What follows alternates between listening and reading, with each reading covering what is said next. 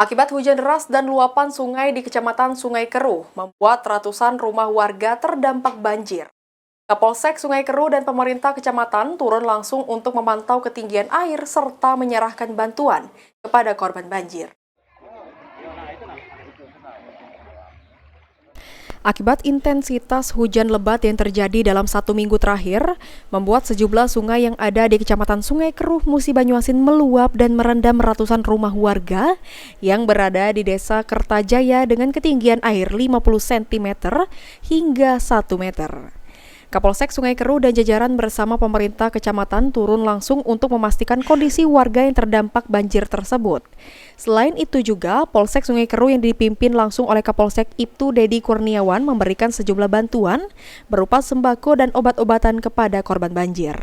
Polsek Sungai Keruh, Polres Musi Banyuasin bersama dengan dari Camat Sungai Keruh pada hari ini melaksanakan peninjauan terhadap saudara-saudara kita yang ada di Desa Kertajaya yang mengalami dampak dari banjir. Atas perintah dari Bapak Kapolres Musi Banyuasin, hari ini kami membawa sedikit bantuan untuk membantu rekan-rekan kita, saudara-saudara kita yang terkena dampak dari banjir ini. Berupa apa ya Pak itu? Berupa apa itu?